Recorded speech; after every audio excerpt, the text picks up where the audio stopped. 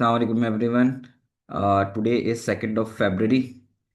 2nd of February पे हम जो डिस्कस करने जा रहे हैं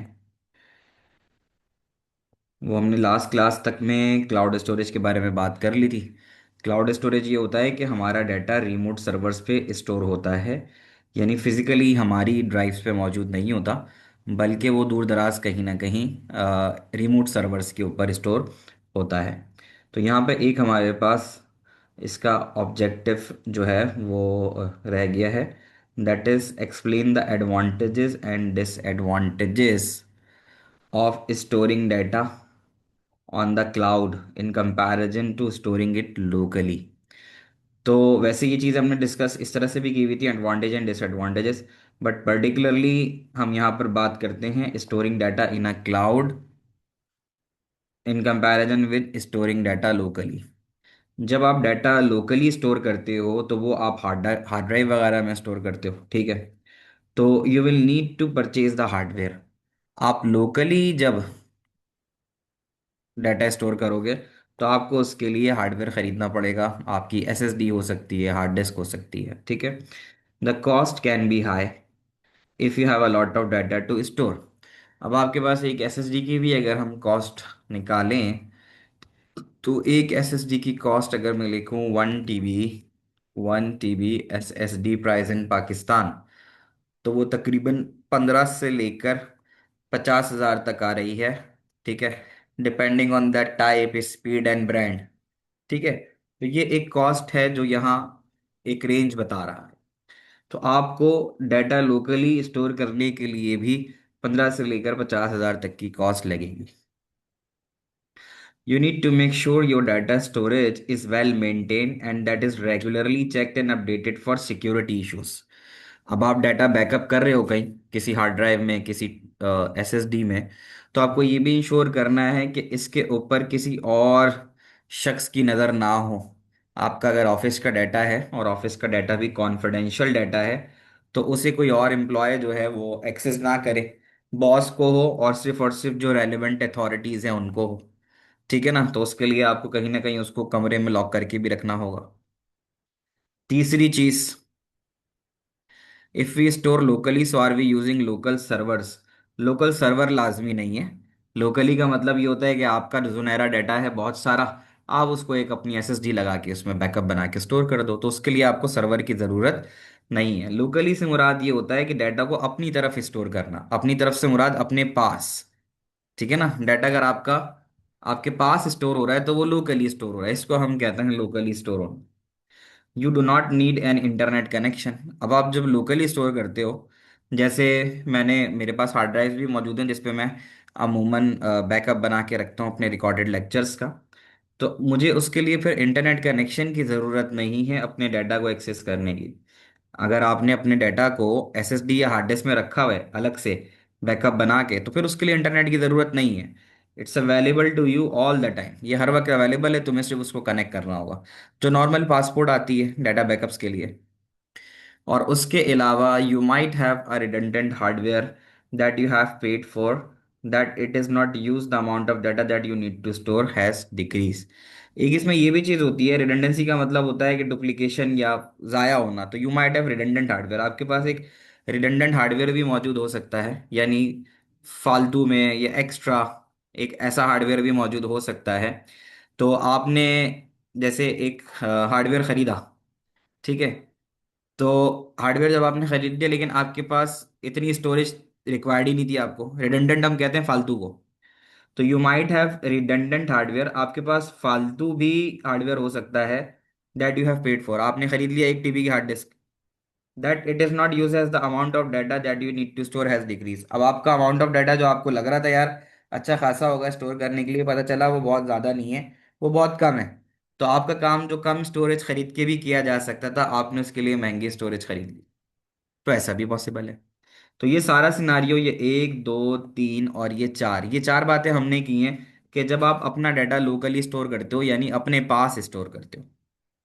फिर आप कहते हो कि नहीं यार, लोकली स्टोर करने में ऐसा है कि खतरा है कि कोई चुरा के ले जाए, आपकी ऑफिस से ही कोई चुरा के ले जाए, ये उसका थ्रेट हो, ठीक है। तो फिर आप सोचते हो कि यार मैं इसको क्लाउड में डाल देता हूँ।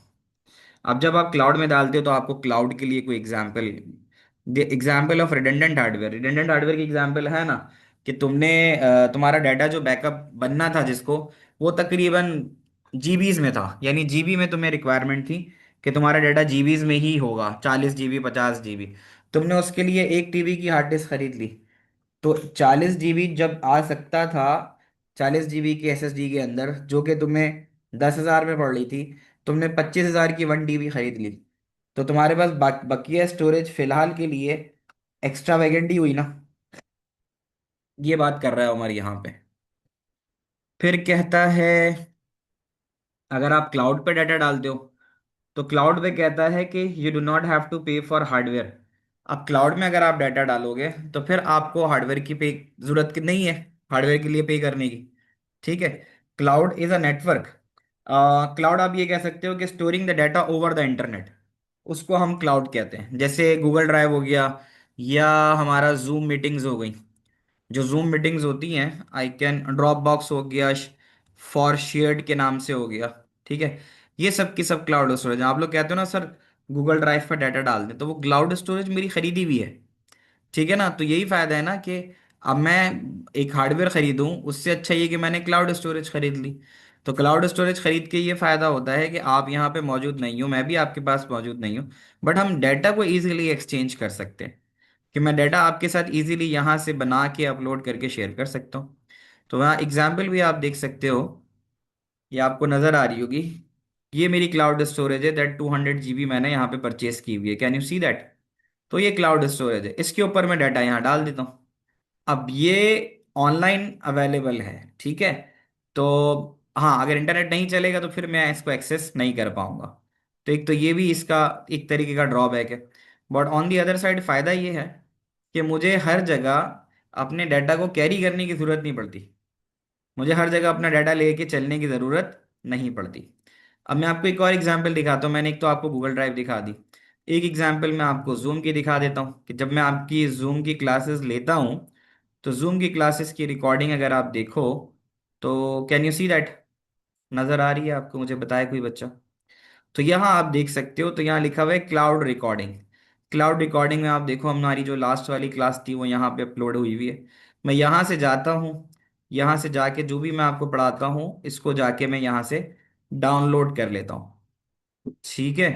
तो डाउनलोड कर लेता हूँ, डाउनलोड हो जाती है मेरे पास। फिर डाउनलोड होने के बाद, यानी एग्जाम्पल के तौर पे छोटी सी है नहीं है, चलो लेट्स इसको हम यहाँ डाउनलोड करते हैं। तो आप देख सकते हो ये डाउनलोड हो रही है। ये यहाँ पर मैंने इसको ओ लेवल के फोल्डर में डाउनलोड कर दी। यहाँ जाने के बाद ये यहाँ पर डाउनलोड होना शुरू हो जाती है। ये जब यहाँ डाउनलोड मुकम्मल हो जाती है तो फिर मैं जाता हूँ उसी फोल्डर में जहाँ पे मैंने डाउनलोड की हुई होती है, और मैं यहाँ से जाके न्यू में जाके फाइल अपलोड में जाके इस फाइल को अपने पीसी से, ये मेरे ओ लेवल का फोल्डर है, और ये इस ओ लेवल के फोल्डर के अंदर ये क्लास 65 ऑप्टिकल स्टोरेज है। यहाँ से सिलेक्ट करके मैं ओपन करूँगा, तो आपकी जो है वो फाइल अपलोड होना शुरू हो जाएगी। तो ये एक फ़ायदा होता है, तो मुझे फिजिकली स्टोरेज की ज़रूरत नहीं है। आप लोग ने सारी चीज़ें देखी जो मैंने वहाँ पर आपको दिखाई, स्क्रीन पर आ रही थी। तो आप जब डाटा क्लाउड पर डालते हो, तो क्लाउड पर डालते हुए आपको हार्डवेयर के लिए पे करने की ज़रूरत नहीं पड़ती। आप सिर्फ वो जो क्लाउड स्टोरेज कंपनी होती है, सिर्फ उस क्लाउड स्टोरेज कंपनी की सर्विसेज ले लेते हो, और आपको डाटा जो है वो आपको एक सर्टेन स्पेस जो है वो प्रोवाइड करता है। ठीक है। फिर हम चलते हैं next. You do not have the responsibility for the security of a hardware. अब आप जब लोकली डाटा स्टोर करते हो, लोकली से मुराद अपने ऑफिस के अंदर आपने एक बैकअप के तौर पे, या आप कोई सॉफ्टवेयर डेवलप या डिजाइन कर रहे हो, ठीक है, तो आप क्या कर रहे हो।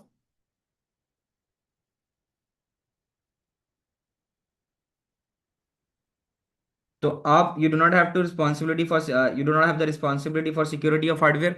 अब आप जब लोकली डाटा स्टोर करते हो ना, आप एक वो बना रहे हो, कोई सॉफ्टवेयर बना रहे हो, और आप उसकी पूरी बैकअप फाइल अपनी उसमें रखते हो एसएसडी में, तो आपको लगता है ना, तो आपको लगता है कि यार ये कोई चोरी कर सकता है, कुछ भी कर सकता है। तो क्लाउड में रखने से ये फायदा होता है कि आपके पास आईडी पासवर्ड होता है, कोई भी शख्स उस पर एक्सेस हासिल नहीं करता।